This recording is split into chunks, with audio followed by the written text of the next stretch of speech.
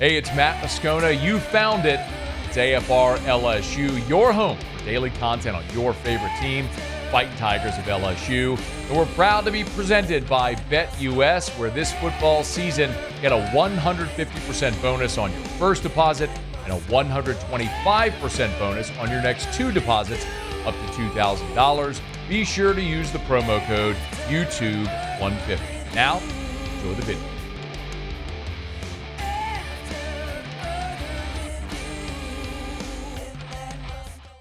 What a massive recruiting time. If you were paying attention to Twitter or X at all last week, especially if you follow Jerit Roser, it felt like a steady stream of retweets of 2026 prospects getting offers from LSU.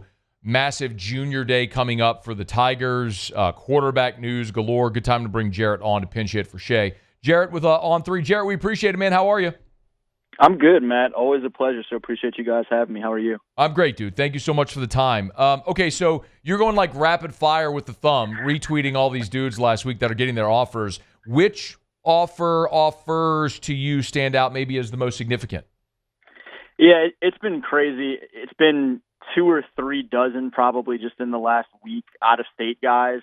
The coaches are all over the place, all over the Southeast. Offers from Texas up to North Carolina and really everywhere in between. I had a chance to talk to Corey Wells last night, a defensive tackle from Petal, Mississippi, that Bo Davis just offered on Friday. And the Tigers seem like they're in a nice position starting out with his exploding recruitment right now with 7 offers in the past 10 days for him, 5 of them being SECs. Had a couple of IMG guys that were on campus this past weekend, and BREC and Jay Cruel, 2026 guys from IMG on the defensive side of the ball. So those are guys to certainly know. Muscle Shoals, Alabama edge rusher Kamarion Johnson. And the list kind of keeps going on. Zion Robinson, a speedy Mansfield, Texas receiver. Myson Johnson Cook, a 5-star 2027 kid out of DeSoto, Texas, picked up one this morning. And so it's been all over the map. The Tigers coaches are kind of eating up the freaking flyer miles. Yeah, Shea. Shea. We'll have a flyer. Jerit, give me a sense of the process. So obviously you got to offer before you can take a commitment. So they're doing, as you mentioned, 2 to 3 dozen offers in the last week or so. Where does this mean LSU is in the process with these guys? Like, what's the next step in all their recruitment?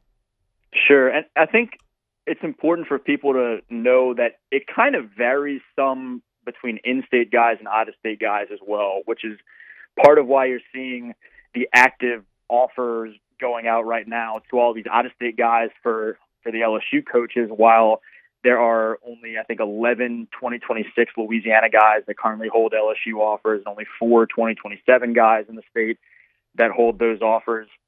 Meanwhile, you're seeing some of the out-of-state programs light up my Twitter feed with offers for some of the Louisiana guys. And I think for out-of-state guys, the offers can kind of have varying significance.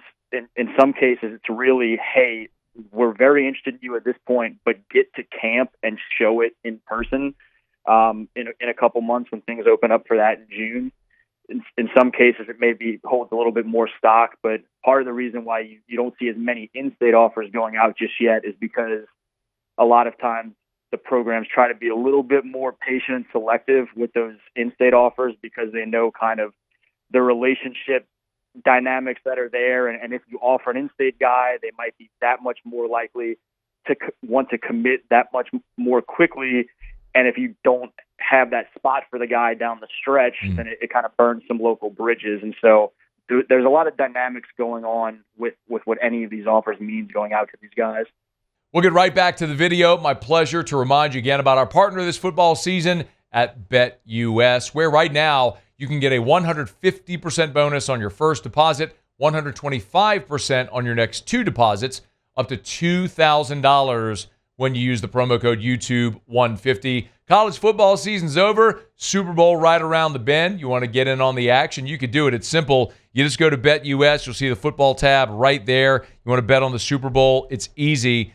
Look, Chiefs, Eagles, I'm certainly going to side with Patrick Mahomes and the Chiefs until proven otherwise. They got to play Tom Brady. Maybe I'd bet against Patrick Mahomes and the Chiefs, but that ain't going to happen again. So easy. How much we want to risk? $25. Let's go ahead and confirm it. And just like that, we are locked in. Chiefs -1 in Super Bowl 59. Whether it's the Super Bowl, any fun prop bets, college basketball, so much you can wager on at BetUS. And be sure when you do, you use that promo code YouTube150 to get a 150% bonus on your first deposit and 125% bonus on your next 2 deposits up to $2,000. Now enjoy the video. Jerit, Junior Day is coming up for LSU. There's supposed to be some big-time prospects on campus. Fill us in on what that weekend is like and who notably is supposed to be in Baton Rouge.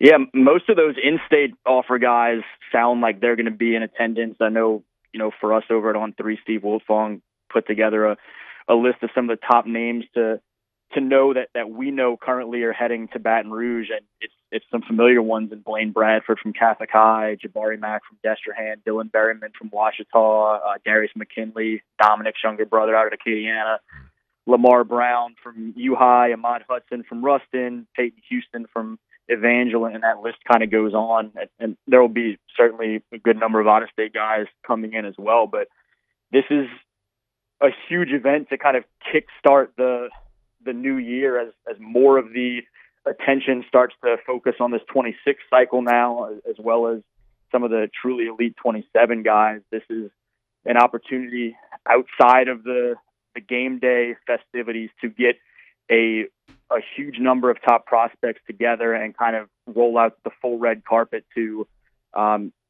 these guys, get them together, get them some one-on-one time in some cases with some of the coaches. And we've seen in the past some commitment certainly come out of Junior Day. It's kind of part of the expectation is maybe some of these relationships that have been longstanding, like those guys that I mentioned. This is the time where you kind of sew it up and they become a part of that class. Jerit Roser is with us, On3 the Bengal Tiger. Get him on Twitter at Jerit Roser. You mentioned Peyton Houston, who's a quarterback out of Evangel. He's got the LSU offer, but so does Elijah Haven out of Dunham. So 2 really highly regarded prospects in state for 2027. So they're high school sophomores right now, for those that don't know. What can you tell us about Peyton Houston? That's a guy we haven't talked as much about, certainly with respect to Elijah Haven. Yeah, these 2 guys are both phenomenal. I mean, as much as you could expect from a sophomore quarterback in high school, they're both showcasing it. And I've been watching videos of Pop since I think he was 6 or 7 years old, because I knew his dad, Sean, through Devin White's recruitment. They're close. I don't remember if they're family, just close family friends, but I kind of known about Pop growing up even when Devin White was coming through LSU. And every step of the way, he has checked every box, particularly as he got to the high school level and then hit a growth spurt and started pushing up toward 6 foot or so. But just, a kid that has a really high football IQ and is really polished at this point in his development for a young passer. Watching him, whether it be at Evangel or as much as I've spent time with him on the 7-on-7 scene, the way he can kind of manipulate some things and look guys off at this point as a young guy is really impressive. And then obviously a rocket arm and some athleticism to him to be able to make a lot of plays with his legs that at times this fall he really had to, because Evangel was kind of struggling up front at points. But folks remember, I imagine, seeing that 800-yard passing game against Captain Shreve during the season. And that was a point where a lot of guys that were transferring in to want to play with him were still kind of just getting eligible. And so the team and Pop, with those guys around him, gained some steam late in the season, won a playoff game, and all those things. But if you've been excited watching Elijah Haven at this point in his development for local folks in Baton Rouge, Pop is right there with him. And there's some good depth in the 27 class in state as well. We look at that 23 class with Arch and Eli Holstein and Ricky Collins and all those guys, and I think this 27 class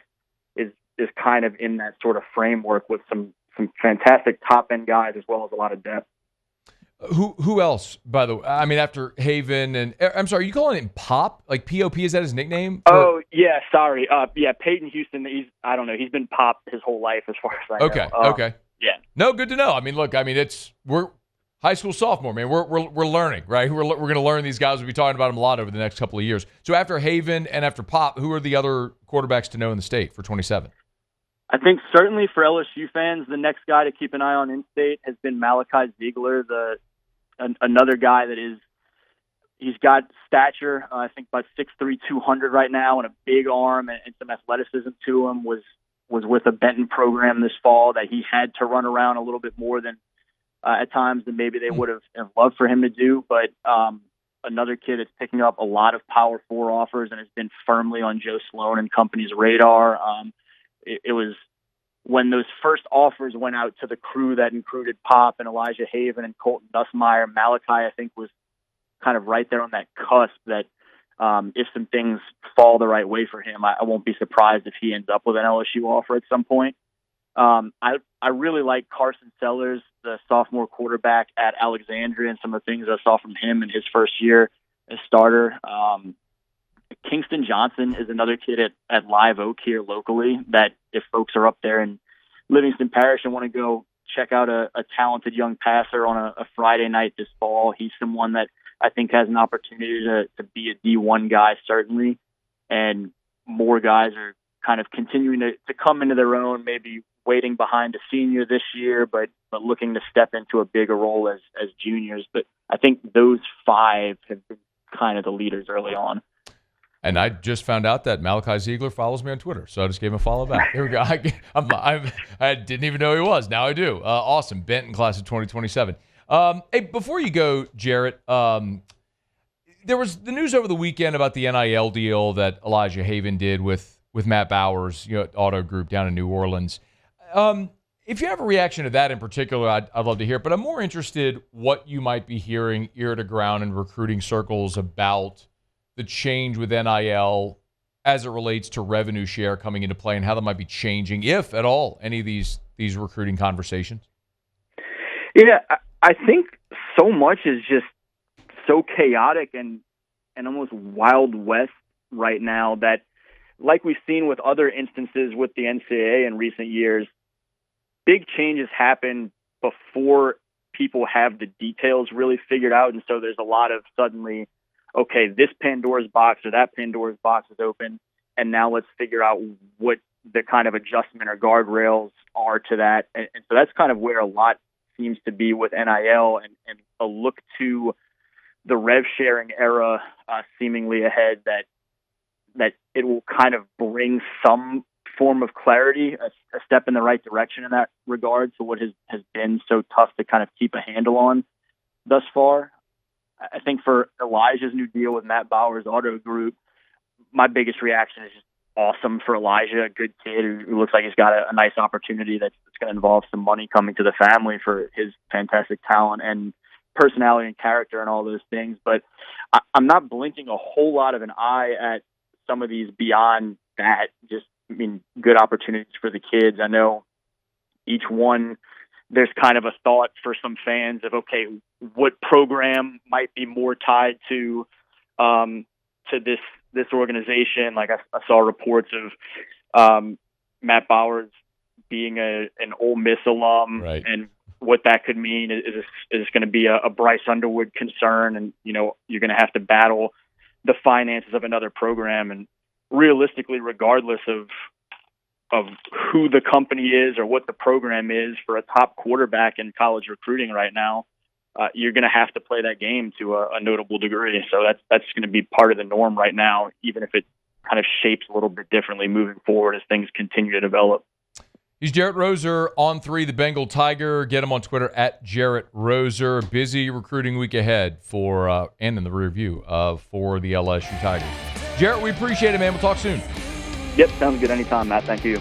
Thanks so much for watching the video. Do us a favor, subscribe to the channel, smash that like button, hit the bell so you're notified when we post a new video, and remember to support BetUS, where right now you can get a 150% bonus on your first deposit and a 125% bonus on your next 2 deposits up to $2,000. Be sure to use that promo code YouTube150.